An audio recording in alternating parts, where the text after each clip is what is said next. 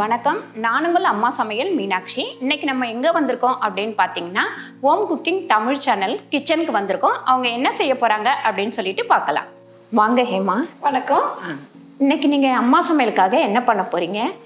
இன்னைக்கு நான் உங்கள் வியூவர்ஸ்க்காக ஒரு அருமையான பைனாப்பிள் கேசரி செய்யலான்னு இருக்கேன். வாங்க எப்படி செய்யறதுன்னு பார்க்கலாம்.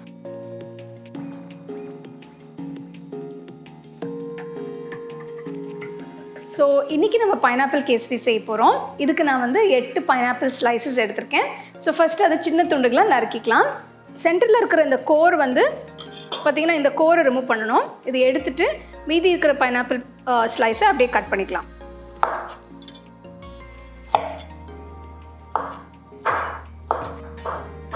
இப்போ பைனாப்பிளில் இந்த மாதிரி பெரிய கண் இருக்கும். ஸோ இந்த மாதிரி கண் ரொம்ப பெருசாக இருந்ததுன்னா இதை நீங்கள் கட் பண்ணி எடுத்துருங்க.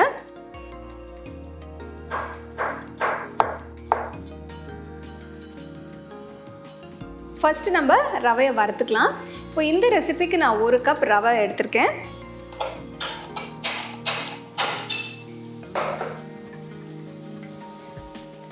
ஸோ ரோஸ்டட் ரவானா நீங்கள் லேசாக 1 நிமிஷம் ரோஸ்ட் பண்ணால் போகிறோம். உங்களுக்கு ரோஸ்ட் பண்ணாத ரவை யூஸ் பண்ணுறீங்கன்னா ஒரு நல்ல கோல்டன் கலர் வர வரைக்கும் நல்லா அதை ரோஸ்ட் பண்ணிக்கோங்க.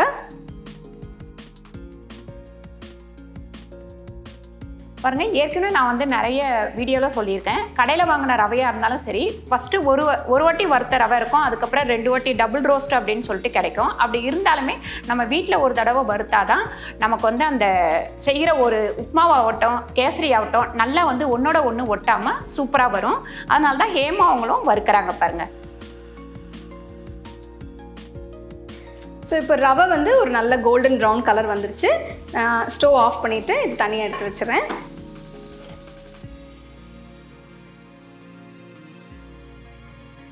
அடுத்தது நம்ம முந்திரி திராட்சையை வறுத்துக்கலாம். கொஞ்சம் நெய்யிட்டு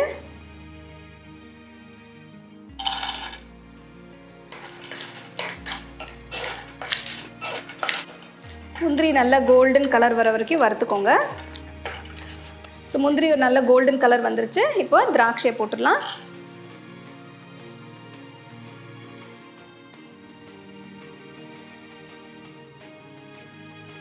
எப்பவுமே பாருங்கள், முந்திரி பாதி வறுத்ததுக்கு அப்புறம் தான் நம்ம திராட்சை போடணும்.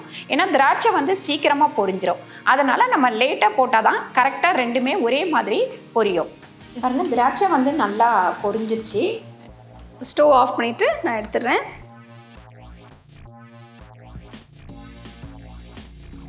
இப்போ பாருங்கள், நம்ம முந்திரி திராட்சை வறுத்த அதே ஃபேன்லேயே பைனாப்பிளை போட்டு வதக்க போகிறாங்க.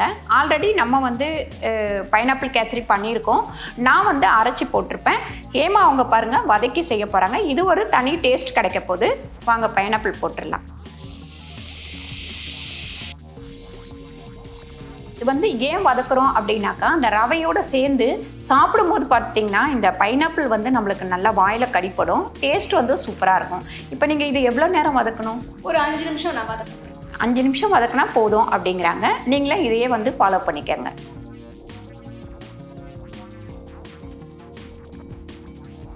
அஞ்சு நிமிஷம் ஆயிடுச்சு. சூப்பரான வாசனை. உண்மையிலே இப்படி வதக்கி செய்யும் போது டேஸ்ட்டுமே ரொம்ப நல்லாயிருக்கும் போல இருக்குது. இப்போ இறக்கிடலாமா? இறக்கிடலாம். ஸோ நம்ம அடுத்தது நம்ம கேசரியை கிண்டலாம். இதுக்கு நான் 3 கப் தண்ணி எடுத்திருக்கேன். ஸோ ஒரு கடாயில் சூடு பண்ணி 1 கப்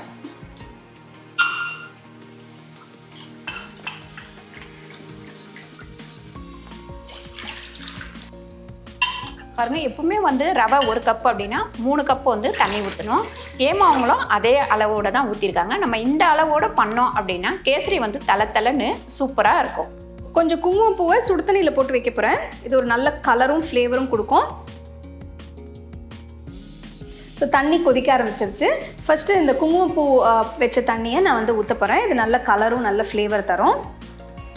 பார்த்தீங்களா, போட்ட உடனே இன்ஸ்டண்ட்டாக ஒரு நல்ல ஒரு எல்லோ மஞ்சள் கலர் வந்திருக்கு. ஸோ தண்ணி கொதிக்க ஆரம்பிச்சிருச்சு. நான் மெதுவாக ரவை போட்டுடுறேன்.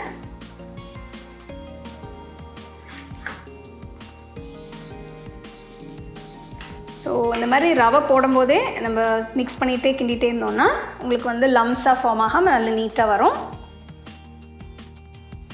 ரவை வேகிறதுக்கு ஒரு 10 நிமிஷம் ஆகும். ஸோ ஃப்ளேம் மீடியமில் வச்சு நீங்கள் ஃபஸ்ட்டு ரவையை நல்லா வேக வச்சுருங்க.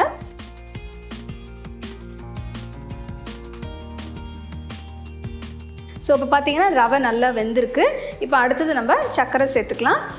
எப்போவுமே கேசரி கிண்டும் போது ரவை வெந்த பிறகு தான் சர்க்கரை சேர்க்கணும், இல்லைன்னா ரவை வேகாது. ஸோ சர்க்கரை வந்து 1க்கு 1.25 கப் யூஸ் பண்ணியிருக்கேன். ஸோ இப்போ பார்த்தீங்கன்னா நம்ம வந்து ஃப்ரெஷ் ஃப்ரூட், அதாவது ஃப்ரெஷ் பைனாப்பிள் யூஸ் பண்ணதுனால ஸோ கொஞ்சம் லேசாக புளிக்கிறதுக்கு சான்ஸ் இருக்குது. ஸோ அதனால நம்ம கொஞ்சம் எக்ஸ்ட்ரா சர்க்கரை சேர்த்துருக்கோம்.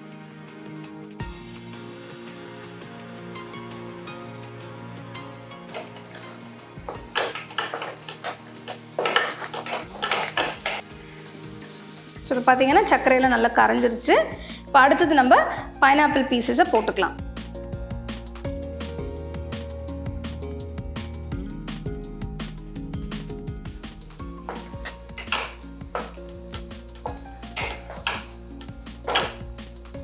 அடுத்தது 1 டீஸ்பூன் ஏலக்காய் தூள், வறுத்து வச்ச முந்திரி திராட்சை. ஸோ நெய் நம்ம இஷ்டம்தாங்க, உங்களுக்கு எவ்வளோ நெய் வேணுமோ அவ்வளோ போட்டுக்கலாம். ஸோ நான் வந்து ஒரு 3 டேபிள் ஸ்பூன் போட போகிறேன். நல்லா ரிச்சாக இருக்கும்.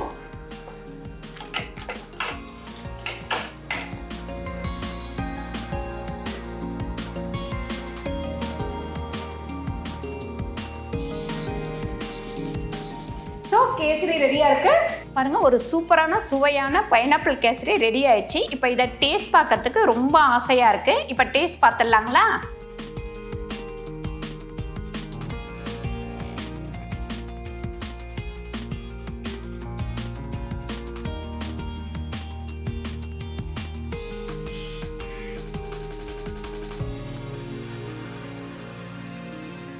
ஸோ பைனாப்பிள் கேசரி ரெடியாக இருக்குது. அம்மா நீங்கள் டேஸ்ட் பண்ணி எப்படி இருக்குன்னு சொல்லுங்கள்.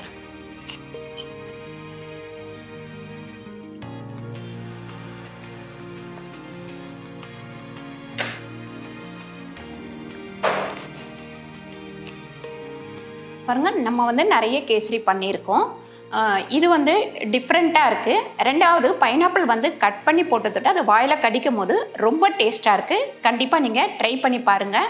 உங்கள் கூட சமைச்சதில் ரொம்ப சந்தோஷமா, ரொம்ப நன்றி. ஓம் குக்கிங் தமிழ் சேனல் லிங்க் வந்து கீழே கொடுத்துருக்கேன், நீங்கள் சப்ஸ்கிரைப் பண்ணிக்கோங்க. இந்த வீடியோ பிடிச்சிருந்தால் லைக் பண்ணுங்கள், ஷேர் பண்ணுங்கள், சப்ஸ்கிரைப் பண்ணுங்கள், ஃபேஸ்புக்கில் ஷேர் பண்ணுங்கள், மறக்காமல் கமெண்ட் பண்ணுங்கள். நன்றி, வணக்கம். நன்றி, வணக்கம்.